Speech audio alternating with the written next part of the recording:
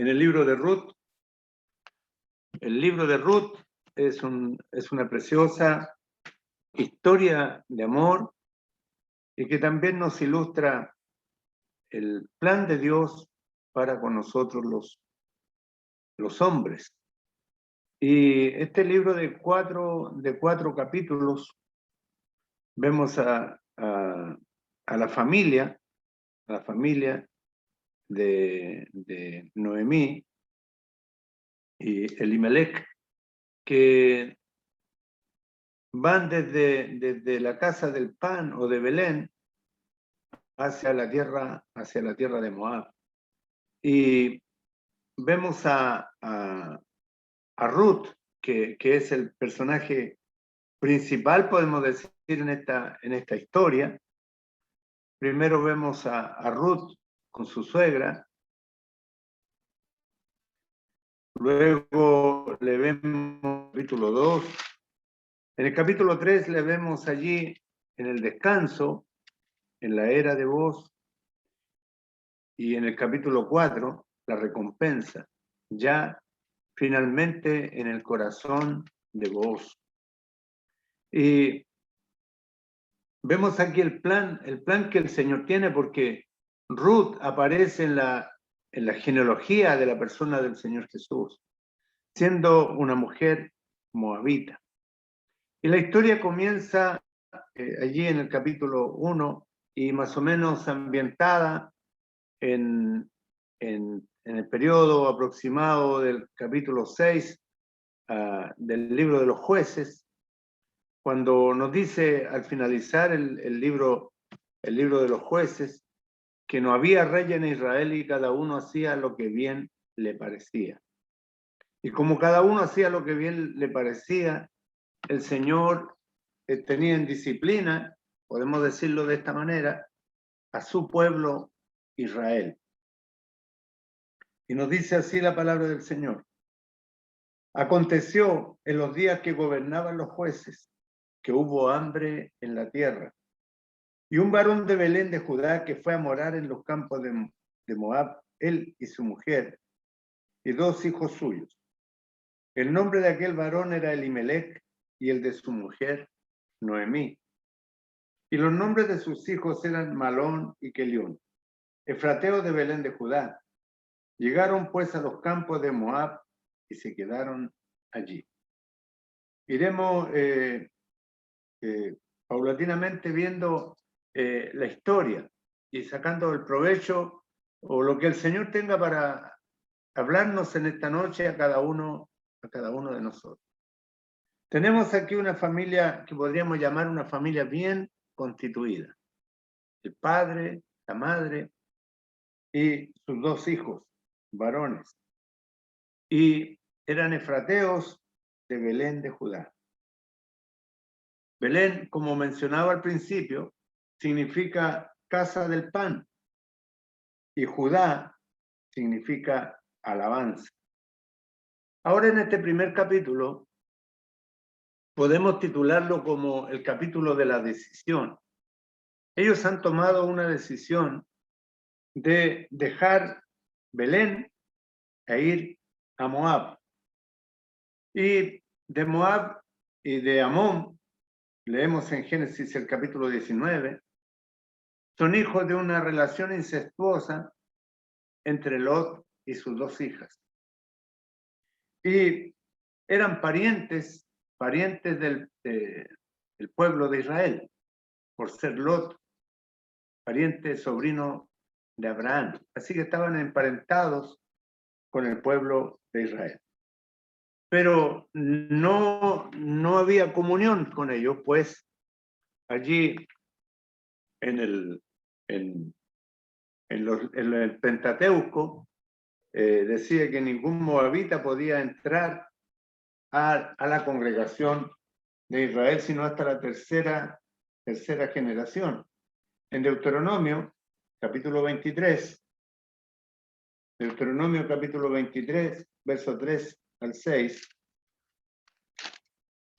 Deuteronomio 23, verso 3 al 6 dice así: No entrará amonita ni moabita en la congregación de Jehová, ni hasta la 10ª generación, no hasta la 3ª.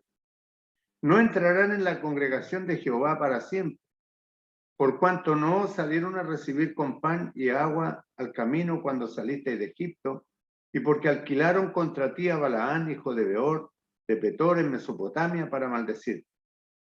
Mas no quiso Jehová tu Dios oír a Balaán, y Jehová tu Dios te convirtió la maldición en bendición, porque Jehová tu Dios te amaba. No procurarán la paz de ellos, ni su bien en todos los días para siempre.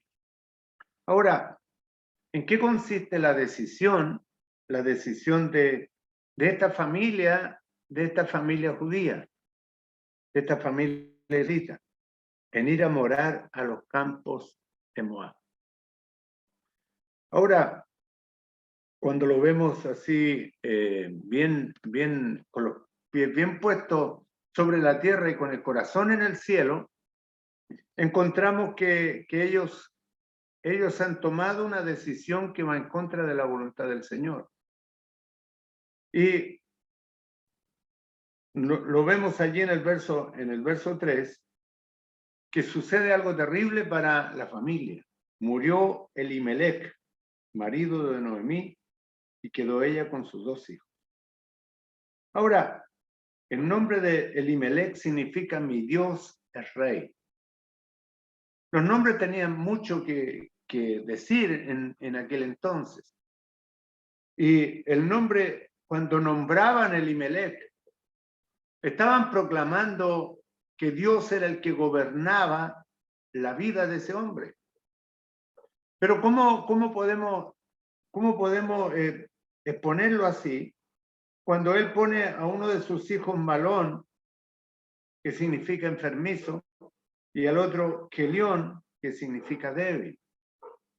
2 hijos, Malón y Kelión. El nombre de Noemí significa placentera. Así que cada nombre lleva un mensaje en sí. Placentera, mi Dios es rey, enfermizo y débil. Ahora, cuando muere Elimelech, y la casa queda sin su pilar fuerte, podemos decirlo, y sus 2 hijos toman para sí mujeres moabitas. Es claro que ya la decisión de ellos era arraigarse en Moab, era quedarse allí. Pero sucede que mueren también los 2, Malón y Kelión, quedando así la mujer desamparada de sus 2 hijos y de su marido. Y quedan 3 mujeres solas, 3 mujeres viudas. La viudez en aquel tiempo no era como el día de hoy. El día de hoy la viuda, por ejemplo, queda con la pensión del esposo y queda con una asistencia también que le puede dar el gobierno, pero en aquel tiempo no era así. Y de eso lo expone también la carta de Timoteo, pues en la carta de Timoteo, primera de Timoteo, el capítulo 5, dice así, honra a las viudas que en verdad lo son. ¿Qué significaba eso? Cuando, hemos estado estudiando con unos hermanos esta carta, ¿y de qué se trataba la viudez? La viudez se trataba de una persona, cuando dice aquí que en verdad lo son, era de que estaban totalmente desamparadas, que no tenían ninguna asistencia. Pero dice, luego el verso 4, capítulo 5, verso 4, pero si alguna viuda tiene hijos o nietos, aprendan estos primeros a ser piadosos con su propia familia. Los nietos y la familia debían atender a la viuda que había partido el esposo, y la familia debía hacerse cargo de esta viuda. Por eso dice el verso 3, honra a las viudas que en verdad lo son. Y luego dice el verso 5 del capítulo 5, dice más, la que en verdad es viuda y ha quedado sola, espera en Dios, es diligente en súplicas y oraciones noche y día. Una viudez total, un desamparo absoluto, eso es la viudez. La viudez se trata de la soledad de la mujer o del varón, la viuda o el viudo, pero la Escritura no habla de amparar a los viudos, sino que a las viudas. Ahora, en el verso 16 del capítulo 5, si algún creyente o alguna creyente tiene viudas, que las mantenga y no sea grabada la iglesia, a fin de que haya lo suficiente para las que en verdad son viudas, las que estaban en el desamparo total. Y esta era la condición de Noemí, un desamparo absoluto. Estaban en tierra extranjera, no tenían ninguna atención de nadie. Y eso las condenaba al hambre, las condenaba a la miseria. Y nos dice la Escritura que se levantó con sus nueras y regresó de los campos de Moab porque oyó en el campo de Moab que Jehová había visitado a su pueblo para darles pan. El Señor había visitado al pueblo de Israel y lo había visitado para darles pan, para ampararles, para restaurarles. Y ella, ante esta buena nueva, ante esta buena noticia, nos dice la Escritura, que salió pues del lugar donde había estado y con ella sus dos nueras y comenzaron a caminar para volverse a la tierra de Judá. Y esto me habla pero fuertemente de lo que dice la Escritura. Recuerda de dónde has caído y arrepiéntete. Recuerda de dónde has caído y arrepiéntete. Hay un hombre, Abraham, por ejemplo, en el capítulo 13, verso 1 del Génesis, donde dice, subió pues Abraham de Egipto hacia el Negev. Sube hacia el Negev, él y su mujer con todo lo que tenía, y volvió por su jornada desde el Negev hacia Betel. Y nos dice que volvió en el verso 4 al lugar del altar que había hecho allí antes e invocó allí a Abraham el nombre de Jehová. Aquí vemos que Abraham ha descendido a Egipto. Vemos a esta mujer que se ha ido de Belén, de la casa del pan, a una tierra de maldición, a Moab.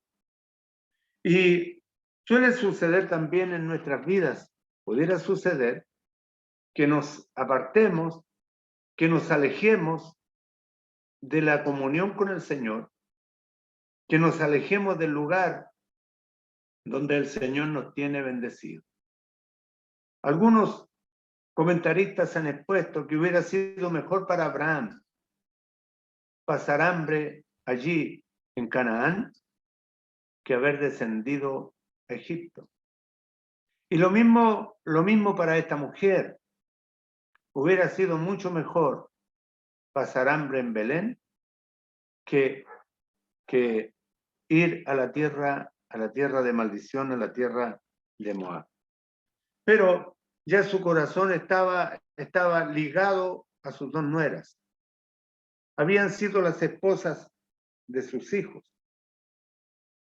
Y Noemí las deja ir libres.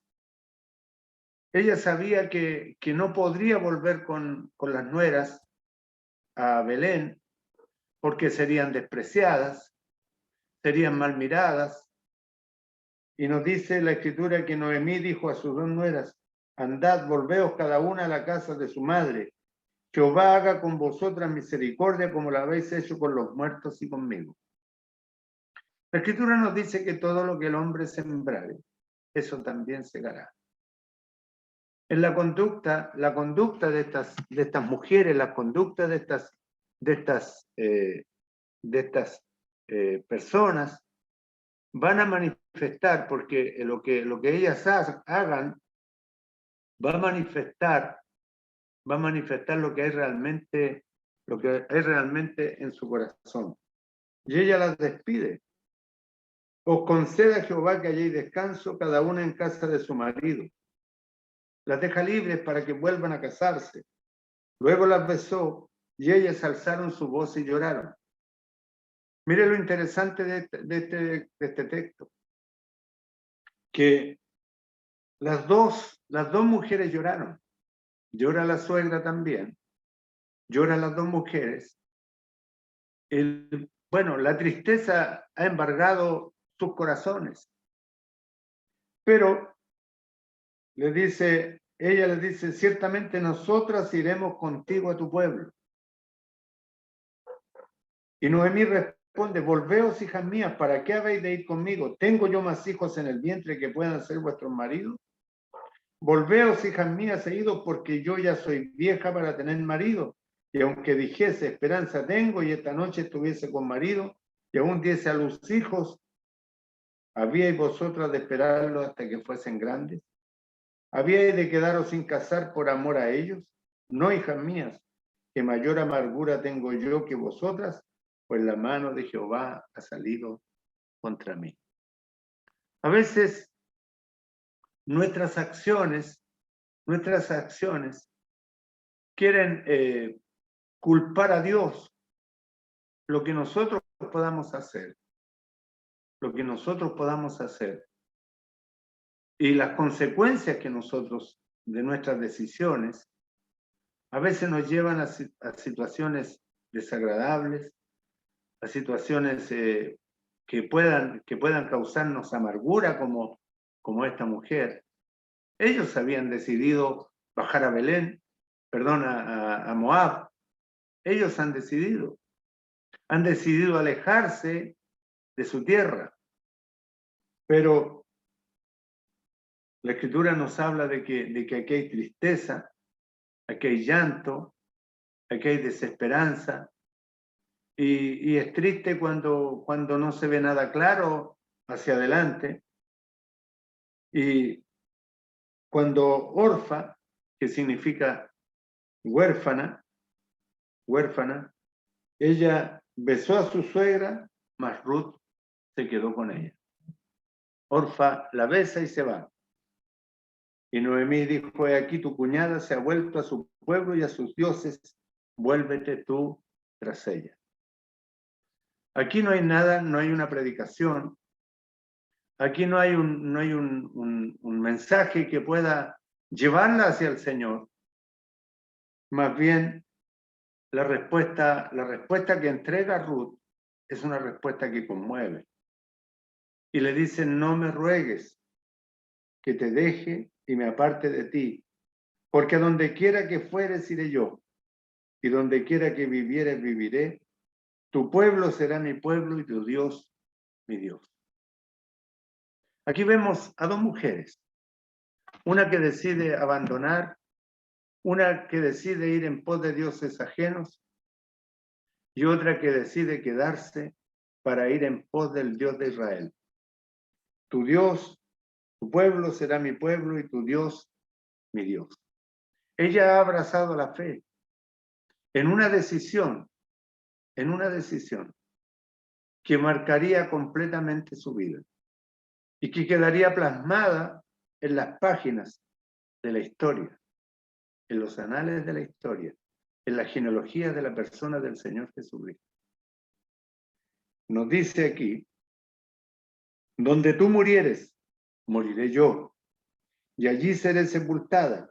Así me haga Jehová y aún me añada, que solo la muerte hará separación entre nosotras dos.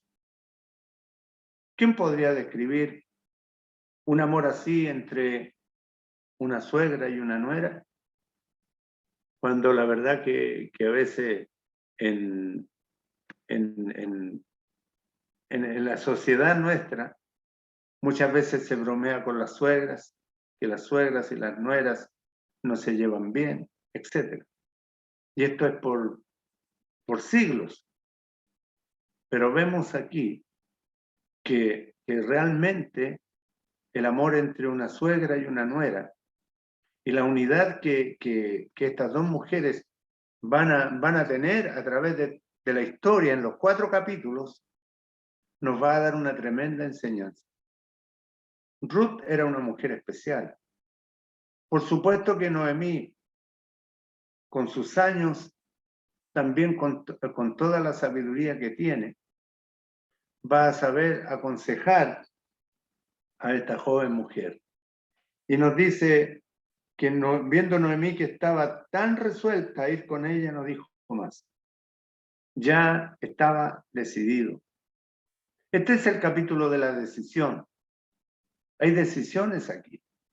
La decisión de Elimelech con su familia de ir hasta Moab. La decisión de Orfa de abandonar a su suegra. La decisión de Ruth de seguir a Noemí. Y la decisión de Noemí de volverse a su pueblo. Decisiones. Decisiones que van a marcar las vidas. Y también yo creo que todos hemos tomado decisiones alguna vez. Decisiones que nos han marcado.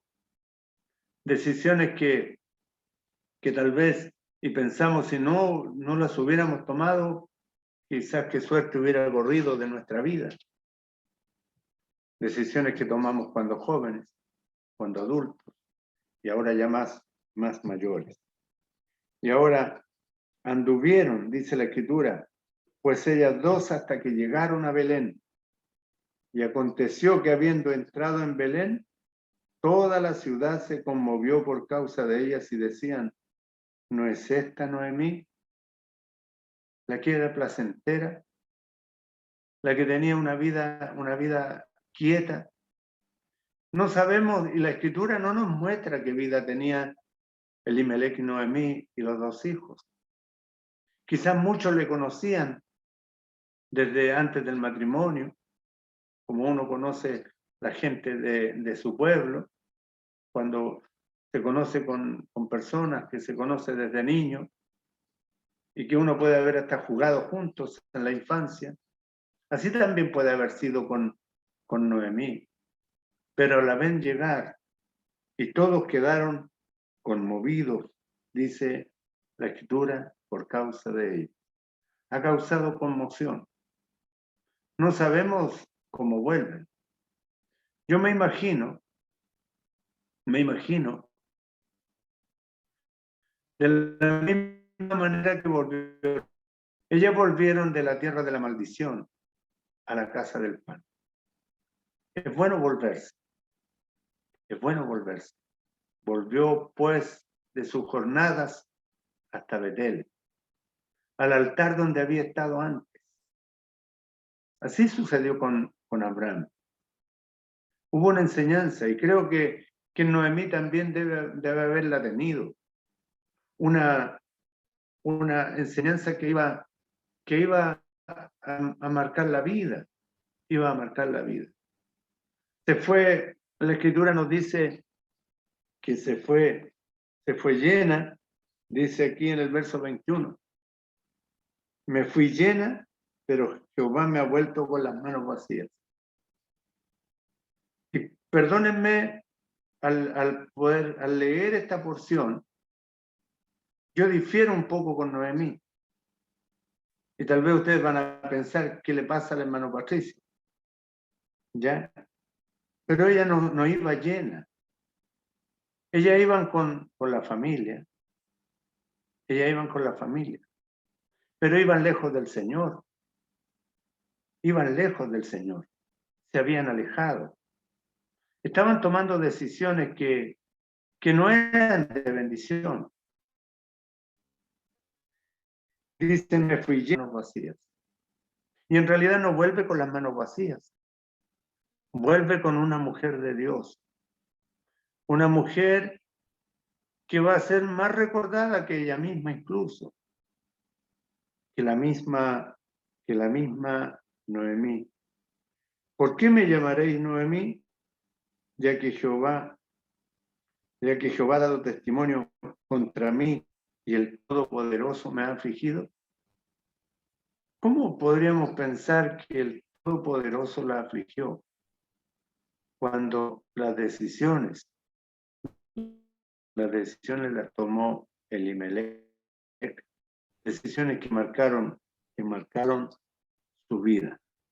Pero dice, así volvió Noemí, y Ruth la Moabita, su nuera con ella, volvió de los campos de Moab y llegaron a Belén al comienzo de la siega de la cebada.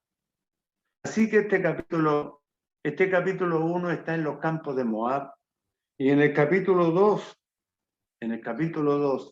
se entra en el campo de Booz,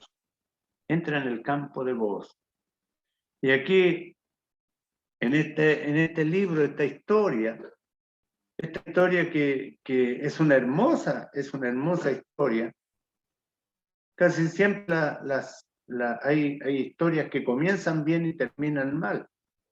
Esta historia podríamos pensar y verlo de esta manera. Según la apreciación natural que podríamos tener de esto, es una historia que comienza en tragedia, pero va a terminar en bendición, porque así es el Señor. El Señor dice que cambia el lamento en baile, cambia la tristeza en gozo, las tinieblas en luz, la muerte en vida. Así nos dice la Escritura. Vemos que aquí vos, Noemí con los suyos, cuando muere, la situación funesta. Pero luego el Señor va a ir tocando las cosas y va a ir cambiando. Vemos en este capítulo 2, en el campo de Booz, el servicio. Y nos dice la Escritura que tenía Noemí un pariente. Y era hombre rico de la familia de Elimelech. Era pariente del marido, el cual se llamaba Booz. Y Ruth la Moabita dijo a Noemí, te ruego que me dejes al campo y recogeré espigas en pos de aquel a cuyos ojos hallaré gracia. Y ella le respondió, ve, hija mía. ¿Qué veo en esta acción? Veo el respeto, la cortesía y la sumisión de Ruth hacia su suegra. Un respeto, porque ella está pidiendo la autorización a su suegra para ir en pos de aquel a cuyos ojos hallaré gracia. Trataba abiertamente de buscar marido. Se buscaba abiertamente de buscar quién la cobijara.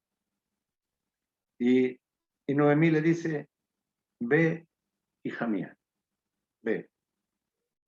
Ahora, cuando se espigaba en los campos, había provisión para los pobres y para los extranjeros. Debía dejarse una porción para los pobres y extranjeros. Eso estaba escrito en el Levítico, en el Deuteronomio también. Debía dejarse allí para que otros se espigaran, para que otros comieran. Y fue pues llegando y espigó el campo en pos de los segadores. Y aconteció que aquel campo era de Booz, el cual era de la familia de Elimelech. Y aquí que Booz vino de Belén y dijo a los segadores, Jehová sea con vosotros. Y ellos respondieron, Jehová te bendiga. Y Booz dijo a su criado, el mayordomo de los segadores, ¿de quién es esta joven? Podemos ver en la escritura que llamó la atención de Booz, esta joven mujer.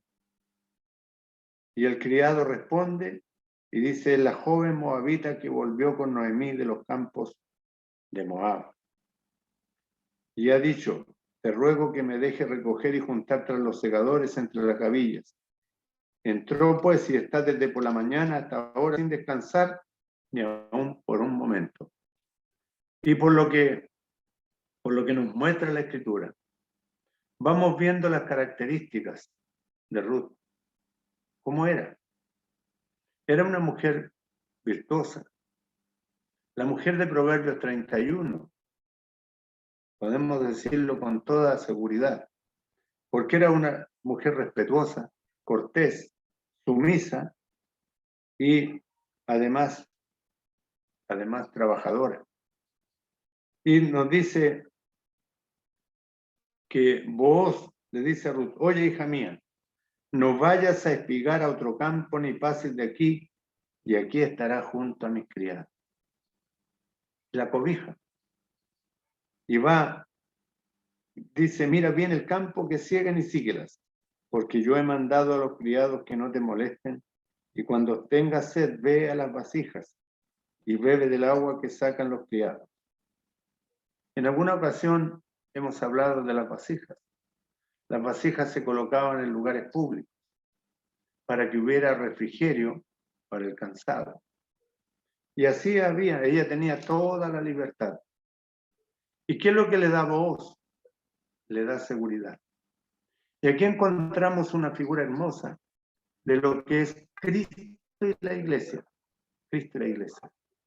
Cuando el Señor, el esposo, por decirlo con todas sus letras, el esposo, atiende a la esposa, que es la iglesia. Y podemos escuchar la voz del esposo, que dirá: no vayas a otro campo. No vayas a otro campo, y pases de aquí, y aquí estará junto a mis criadas o a los míos. Allí hay seguridad en el campo de Booz. Hay seguridad en el campo del Señor. Podemos aplicarlo espiritualmente. Dice: mira bien el campo que siguen y síguelas. Yo he mandado a los criados que no te molesten. Ella entonces, bajando su rostro, se inclinó a tierra y le dijo: ¿por qué he hallado gracia en tus ojos para que me reconozcas siendo yo extranjera? Y respondiendo Booz le dijo: he sabido todo lo que has hecho con tu suegra después de la muerte de tu marido, y que dejando a tu padre y a tu madre y la tierra donde naciste, has venido a un pueblo que no conociste antes. Jehová recompense tu obra, tu remuneración sea cumplida de parte de Jehová, Dios de Israel, bajo cuyas alas has venido a refugiar. Ninguno que se refugia en las alas del Señor, que se cobije bajo sus alas, va a salir avergonzado. Absolutamente nada. Todo aquel que se allegue al Señor va a ser bendecido. Es lo que nos muestran las Escrituras. Y ella dijo: Señor mío, halle gracia delante de tus ojos, porque me has consolado y porque has hablado al corazón de tu sierva, aunque no soy ni como una de tus criadas. Aquí vemos la humildad de Ruth, vemos la sensibilidad de ella, y al sentirse consolada por Booz. Es grato ser consolado, sobre todo en momentos de aflicción. Es el Señor el que consuela en nuestros corazones. Es el Señor el que nos va a enjugar toda lágrima. Cuando ha habido tristeza en el corazón, cuando han habido pérdidas, cuando han habido dificultades, cuando ha habido falta también de algún bien, el Señor va a proveer lo necesario y nos va a sostener. Y Booz le dijo a la hora de comer: ven aquí, come del pan y moja tu bocado en el vinagre. Y ella se sentó junto a los segadores, y él le dio del potaje y comió hasta que se sació y le sobró. Qué hermoso pensar que la misma actitud que tuvo Booz para con Ruth, la tiene el Señor para con nosotros. Podemos espigar en su campo y podemos saciarnos en su campo. Él nos va a proveer de todo lo que necesitamos, espiritualmente hablando. ¿Y por qué no decirlo? Materialmente también. Podemos confiar en que Él nos va a dar absolutamente todo lo necesario. Se levantó para espigar, y vos mandó a sus criados diciendo que recoja también espigas entre las gavillas y no la avergoncéis. Ella pudo tener todo lo necesario. Y en el verso 19, ya en el desenlace de este capítulo, creo que hasta este capítulo llegaremos el día de hoy. Y la suegra pregunta, ¿dónde has espigado hoy? ¿Y dónde has trabajado?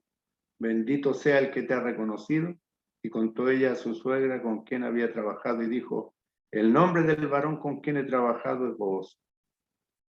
Y dijo Noemí a su suegra, sea él bendito de Jehová, pues que no ha rehusado a los vivos la benevolencia que tuvo para con los que han muerto. Después le dijo Noemí, nuestro pariente es aquel varón y uno de los que pueden redimir. Es el pariente cercano. El pariente va a tomar relevancia en esta historia. El pariente. Y para nosotros hay un solo pariente, Cristo Jesús el Señor, el cual dice, siendo en forma de Dios, no estimó el ser igual a Dios como cosa que aferrarse, sino que tomando forma de siervo se hizo semejante a los hombres. Y Él es nuestro pariente, pues se hizo semejante a nosotros.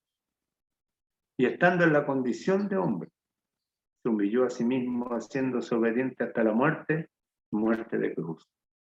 Él es el que puede redimirnos, le dice Noemí a Ruth. Y para nosotros, el único que pudo redimirnos es el Señor Jesús. Pues no había otro que pudiera hacerlo. Y nos dice que Noemí recomienda, mejor es, hija mía, que salgas con sus criadas y que no te encuentren en otro campo. Estuvo pues junto a las criadas de Booz espigando hasta que se acabó la siega de la cebada y la del trigo y vivía con su suegra. Y hubo provisión allí en la casa del pan, en la casa del panadero. El Señor dijo, yo soy el pan vivo que descendió del cielo. El que de mí come no tendrá hambre jamás. Y nosotros ya estamos en la casa del panadero, en la casa del pan, en la iglesia del Señor. Que el Señor bendiga su palabra y que en esta bella historia, que no concluye, por supuesto, sino hasta en 2 capítulos más, que tomaremos en otra reunión, podamos extraer las enseñanzas, de tomar decisiones, como en el capítulo 1, o en el capítulo 2, de quedarnos allí, en el campo del Señor, en la viña, allí donde el Señor nos tiene trabajando. Que el Señor bendiga su palabra en nuestras vidas. Vamos a orar y le vamos a pedir a Felipe Leighton que nos dirija en oración para concluir.